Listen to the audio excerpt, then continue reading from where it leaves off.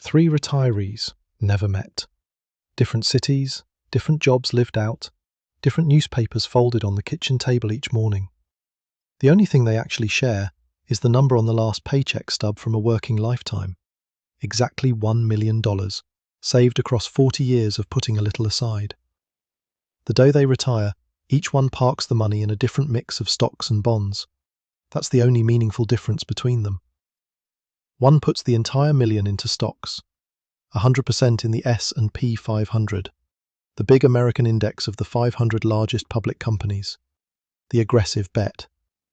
Another goes diversified, 60% stocks, 40% in 10-year Treasury bonds. The middle-of-the-road allocation almost every financial advisor in the country would suggest for someone retiring in their early 60s. The third does what conventional wisdom calls the safe move, 100% in long-dated Treasury bonds, 30-year debt, issued by the US government, backed by its taxing power. No stocks at all. The kind of allocation a worried retiree picks when they've decided they can't afford another bad surprise. One morning, Brent crude, the international oil benchmark, the price that sets the price of just about every fuel on the planet, jumps $50 a barrel, from around $80 to $130. The trigger is a war headline out of the Strait of Hormuz, the narrow choke point that 2/3 of seaborne oil has to pass through. Otherwise, it's a quiet day on the markets. The stock index closes nearly flat. The Federal Reserve says nothing, just the oil price, doing what oil sometimes does when geopolitics moves a few thousand miles away. 6 months later, 3 statements arrive in 3 different mailboxes.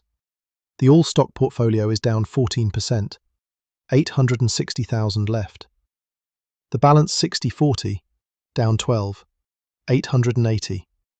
And the one called safe, the one made entirely of long Treasury bonds, has dropped 17%, down to 830,000. The portfolio built to keep a retiree out of harm's way has lost the most, $170,000, gone from an account that never owned a single oil contract. Triggered by a barrel of crude that the retiree, in all likelihood, has never seen, will never see, and never plans to.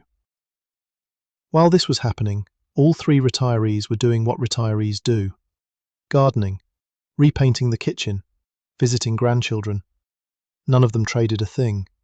None of them logged into a brokerage. The financial news got skimmed at best, and the accounts moved on their own. 3 statements, 3 different losses, identical inputs. Between that 1 barrel of crude and those 3 statements sits a chain of 6 steps, 6 pieces of economic plumbing that have existed for as long as there's been a central bank, a stock market, and an oil futures contract. The chain is mechanical, and the math has been verified after every major oil shock since the OPEC embargo of 1973. Once oil moves, the rest happens on its own. It starts as a single number, the price of a barrel of oil. From the moment it moves, the chain begins. Step 1 is headline inflation. The total cost of one ordinary month measured at the gas pump, the grocery checkout, the utility bill that arrives at the end of November. Oil sits inside the basket directly. Step 2 is core inflation. The same basket, energy stripped out. This is the number central bankers actually obsess about, because the energy line on its own moves too wildly to set policy from. A barrel of crude can shift 10% on a single tweet from a Saudi minister. Step 3 is the Federal Reserve, specifically the decision it has to make about interest rates when inflation runs above target. Step 4 is the yield on a 10-year US Treasury, the reference rate underneath nearly every other interest rate in the economy. Mortgages, car loans, corporate debt, the discount rate investors use to value stocks. All of them sit at a spread above this one number. Step 5 is the price-to-earnings ratio, what investors agree to pay for each dollar of corporate profit. Step 6 is the portfolio, the number on the statement, in the mailbox, 6 months after the trigger. Looked at from a distance, the shock seems like a single event. Oil up, accounts down, end of story. But the cascade isn't a single move, it's a relay. The energy at one end reaches the other end not by speed, but by transmission. The middle steps look like they're doing nothing. They aren't. Take the chain slowly, one tank at a time.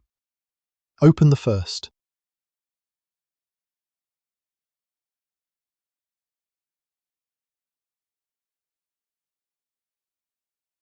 Inflation isn't really a number. It's a basket. A representative shopping cart filled with what a typical American household actually buys in a typical month. Rent, groceries, gasoline, the dentist's office for the kids' filling, the mechanic for the brakes that started squeaking last week. The bureau that tracks all this, the US Bureau of Labor Statistics, assembles the basket from surveys of what real households actually spend each month. The biggest category is housing. Roughly a third of the basket: rent, mortgage payments, the bill from the plumber when the water heater fails. Transportation comes next, then food, then medical care. Energy is 6.3% of the basket. About 2.9% of that is motor fuels, the gas pumped into the car each week. The other 3.4% is household energy, the electricity that lights the rooms after dark, the natural gas that heats the water, the heating oil for the houses in the northeast still on it. When crude rises 60% over 6 months, that 6.3% of the basket rises with it. Headline inflation lifts by about 0.9 of a percentage point. Real money on the gas tank, the grocery total, the cost of getting to work. But headline inflation isn't the number that matters most for what comes next. The number that matters most is core inflation, the basket with energy stripped out. The Federal Reserve prefers it because energy prices, taken on their own, move too violently to set policy from. Core inflation lags, but when it climbs more honestly, and it doesn't come back quickly. So how does an oil price rise reach a basket that doesn't contain oil? Through every door that isn't labelled energy. Diesel powers the trucks that move groceries from the warehouse to the store. When diesel goes up, groceries go up. The shipping cost just gets added on. Natural gas powers the plants that supply electricity to the factories. When gas goes up, the cost of manufacturing every metal object in every aisle of every store rises with it. Naphtha, pronounced naphtha, a petroleum derivative, is the feedstock for nearly every plastic in the country. The bottles, the packaging, the casings on phones and laptops. When naphtha gets expensive, packaging gets expensive. Fertilizer needs natural gas to manufacture. Corn needs fertilizer to grow. Cereal needs corn. The chain reaches every farm in the country.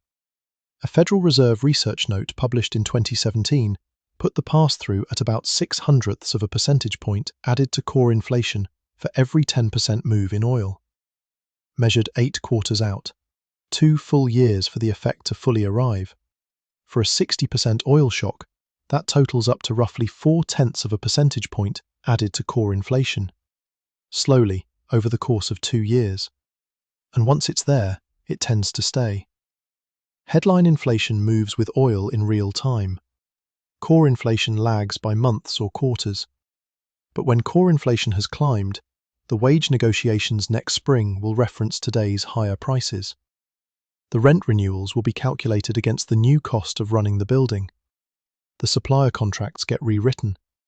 The economy resets around a new normal. And the new normal is harder to undo than the old one was to maintain. That's the number the central bank actually watches. And the central bank is what decides what happens next. The Federal Reserve has 2 jobs, written into its charter by Congress in 1977.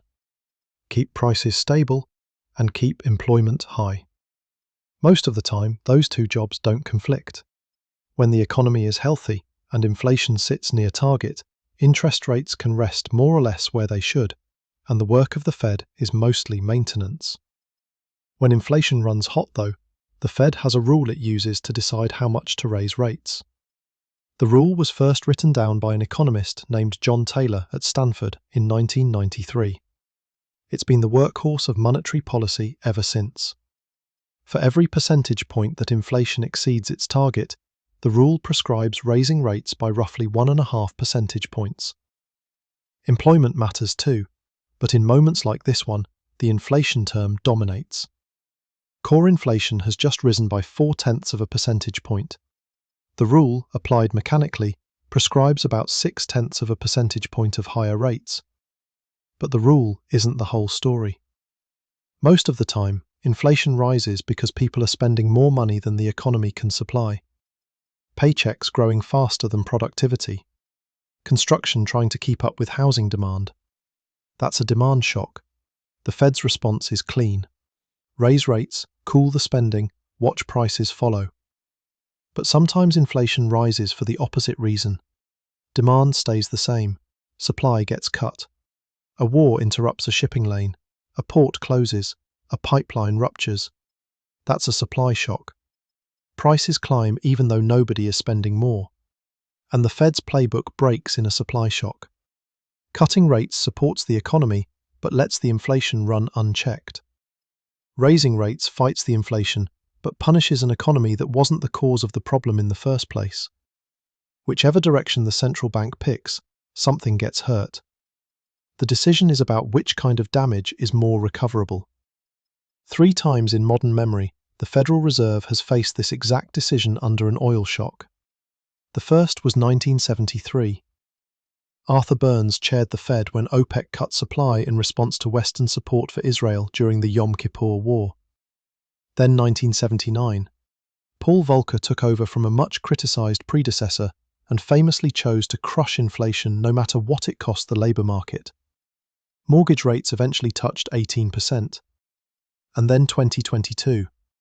Jerome Powell hiked rates faster than any chairman in 40 years, with the war in Ukraine driving most of the supply pressure. In all 3 episodes, the choice was the same. Hold rates high, fight the inflation, accept the slowdown that comes with it. The implied path of interest rates lifts by roughly 75 basis points, 0.75 of a percentage point, higher than the simple Taylor rule alone would prescribe, because the Fed has learned from experience that supply shock inflation, left to run, becomes a wage price spiral, becomes the early 80s all over again. That's the number the bond market reads next. When the US government borrows money for 10 years, it pays a specific interest rate, the 10-year Treasury yield. That single number is the floor underneath nearly every other interest rate in the country. Mortgage rates are spreads above it. Corporate bond yields are spreads above it.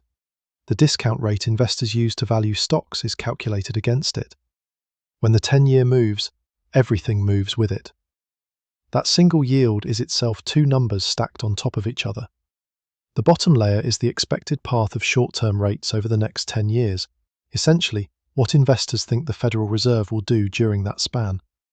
If the Fed will hold rates high, this number is higher. If cuts are coming, lower. The top layer is called the term premium. Extra yield investors demand as compensation for tying up their money for a full decade rather than rolling shorter maturity paper. The New York Federal Reserve maintains a model that decomposes the 10-year into these 2 layers and publishes the result every month. Both layers respond to a supply shock-driven Fed. The 75 basis point shift in the expected Fed path pushes the bottom layer up by about 60 basis points. The term premium rises too. When inflation becomes harder to forecast, when nobody is quite sure whether oil will stay at 130 or keep climbing, investors demand more compensation for the uncertainty. Add another 25 basis points. The 10-year yield rises by roughly 100 basis points, a full percentage point. That higher yield is the discount rate investors use to figure out what stocks are worth. A stock's price-to-earnings ratio depends on a simple relationship: the gap between the discount rate and the long-run growth rate of corporate earnings. When that gap is small, the ratio is sensitive. Small changes on either side produce disproportionate moves in the multiple. At today's numbers, the gap is small. The discount rate sits around 4.7%. The long-run earnings growth assumption, the consensus from analysts, is around 4. The gap, barely 0.7 of a percentage point. Push a full percentage point into the discount rate, and it doesn't make a small dent in that gap. It more than doubles it. The forward price-to-earnings ratio falls from around 21 down to about 18. Investors will now pay 14% less for each dollar of corporate earnings than they would have last week. The companies haven't gotten worse. The market has just changed its opinion of what dollars in the future are worth. And dollars in the future are what stocks are made of. That's what the equity discount rate does on the way through. The cascade has reached the portfolio. 6 steps have run their course, and the impact lands on the 3 retirees. Same starting balance, same 6 months, but 3 different mixes of stocks and bonds, and 3 different outcomes about to land in the mail. The stock side of every portfolio takes the multiple compression. 14% of equity value erased, not because any specific company did anything wrong, but because the discount rate underneath all of them moved. The underlying businesses are fine. Apple is still shipping iPhones. Caterpillar is still selling excavators. The analyst earnings forecasts for next year are barely revised. Only the math underneath them changed. The bond side is exposed differently. A bond's price moves by its duration, its weighted average time to receive its cash flows, multiplied by the change in yield. A short bond is only exposed for a short time. A long bond is exposed for a long time and feels every move in the curve more sharply. A 2-year Treasury has a duration of about 1.9 years, an intermediate 10-year around 8, a long-dated 30-year around 17. Apply the same 100 basis point yield shock to each. The short bond barely moves. The intermediate bond moves moderately. The long bond swings hard, by something close to 17% of its starting value. A full percentage point of yield rise costs the 10-year about 8%, the 30-year about 17%. The all-stock portfolio takes the 14% compression on every dollar it holds, down to $860,000. The portfolio that was supposed to take the most risk took it. The balanced 60-40 mixes equity compression with moderate bond losses, down to $880. The balance helped, just barely. And the all-bond portfolio, the supposedly safe one, gets the longest lever multiplied by the largest yield move, down to $830,000, the biggest drawdown of the 3. Every dollar of loss has a source. Headline inflation moving in real time, a pass-through into core inflation, slow but persistent. A central bank deciding the political cost of letting inflation run is worse than the economic cost of holding rates high. A yield curve lifting in response. A discount rate compressing equity valuations. A duration coefficient multiplying the damage on the long bond. 3 ordinary retirements, arriving at 3 very different places, set in motion by a price that moved on the other side of the world. This isn't theory. The cascade has run before, and it's on the historical record. The first time, 1973. Crude oil prices quadrupled in less than a year. OPEC cut production in response to Western support for Israel during the Yom Kippur War. The cascade ran end-to-end through every step described here. The S&P 500 fell 48% over the next 21 months. It was the worst peacetime bear market on record at the time. The index didn't fully recover for nearly a decade. Retirees who entered that year with the bulk of their savings in long bonds and stocks watched their balances simply not come back. 2008.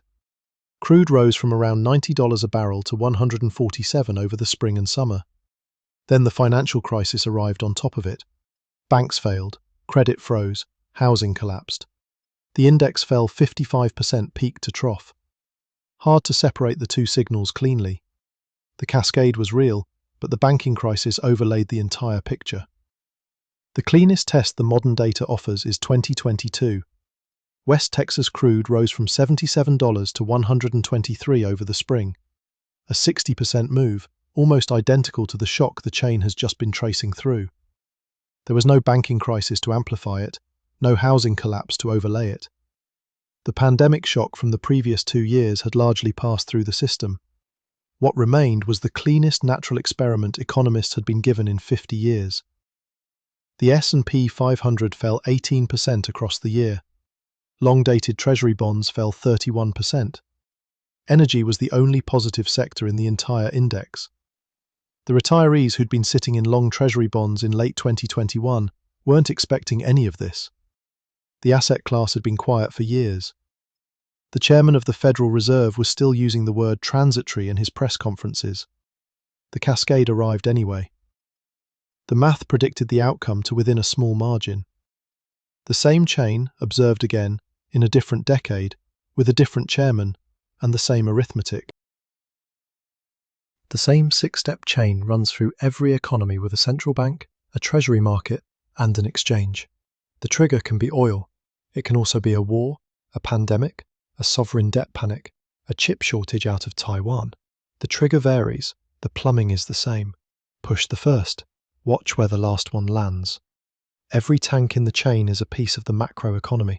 Every drain is a portfolio, a 401k, a teacher's pension fund, a college savings account, a sovereign wealth fund, a corporate treasury holding cash for next quarter's payroll. Different sizes, different purposes, same plumbing on top. 6 numbers, one direction of causality. The numbers exist whether anyone is looking at them or not. The retirees holding the safest portfolio lost the most, not because they made a mistake, because the cascade reaches the longest end of the duration curve through the most amplified pathway in the chain. The math doesn't care which portfolio was supposed to be safe, the math just runs.